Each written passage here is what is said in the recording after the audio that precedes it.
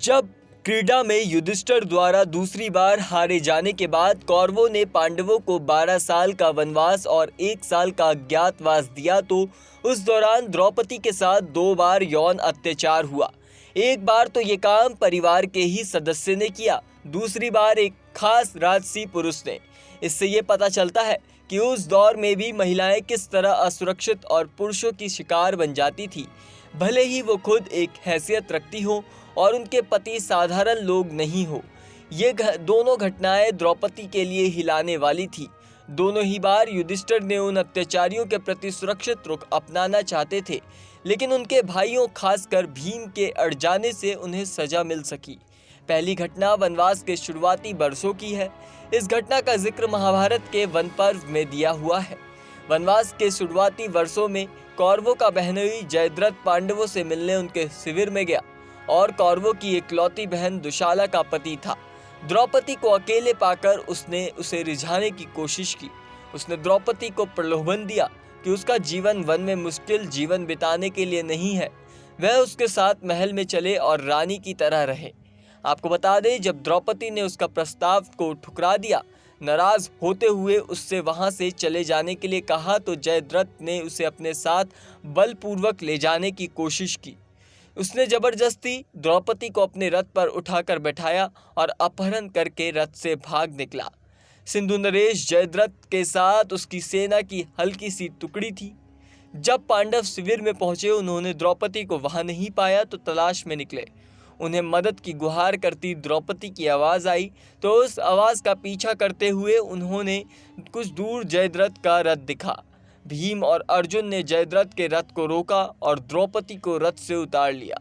उन्होंने जयद्रथ को बंदी बना लिया। भीम उसकी हरकत पर इतना नाराज था कि वो उसकी हत्या ही कर देता। तब युधिष्ठिर ने उसे बचा लिया। उन्होंने भीम को रोकते हुए कहा, जयद्रथ दुर्योधन का बहनोई है, इसीलिए हमारा भी बहनोई है। इसे मारने से हमारा और कौरवों के बीच युद्ध छिड़ जाएगा। वनवास के दौरान हमें संयम बरतना चाहिए। तब भीम ने जयद्रथ को मारा तो नहीं, लेकिन उसके सिर के बालों को छीलकर उसका अपमान जरूर किया, उसे इस तरह जाने दिया। उन्होंने जयद्रथ के बाल छीलकर 5 चुटियां बनाई, जिस तरह स्त्रियां चुटियां रखती हैं। ये जयद्रथ का बड़ा अपमान था। अपमानित जयद्रथ खून की घूंट पीता हुआ शिव की तपस्या करता रहा और शिव से वरदान पाकर पांडवों को हराने की योजना बनाता है। बाद में कुरुक्षेत्र युद्ध में वह अभिमन्यु के चक्रव्यूह में मारे जाने की वजह बनता है। आखिरकार अर्जुन द्वारा मारा जाता है। इससे जाहिर है कि तब संबंधी ही किस तरह अपने ही परिवार की स्त्रियों पर गलत निगाह डालते रहते थे। आपको बता दें, द्रौपदी पर दूसरा यौन अत्याचार वनवास के आखिरी साल में यानी अज्ञातवास में होता है, जबकि पांडव विराट राज्य में खुद को अज्ञात रहते हुए भी जीवन बिता रहे थे। यहाँ भी ऐसा लगता है कि तब एक राजसी या अभिजात्य वर्ग के लोग अपने ही सेवकों, दासों और सेवा करने वालों पर गलत निगाह रखते थे और उनका शोषण करते थे। देवदत्त पटनायक की किताब सती सावित्री में इसके बारे में बताया कि तब किस तरह डरे हुए युधिष्ठिर समझौता करने की सलाह द्रौपदी को देते हैं, लेकिन वो उनकी सलाह को न केवल किनारे कर देती है बल्कि उन पर नाराज भी होती है। तब वह भीम की ही मदद लेती है और वही द्रौपदी की मदद के लिए आगे आते हैं। वैसे ही भीम ही अकेले ऐसे पांडव थे जो कभी द्रौपदी की आंखों में आंसू नहीं देख पाते थे।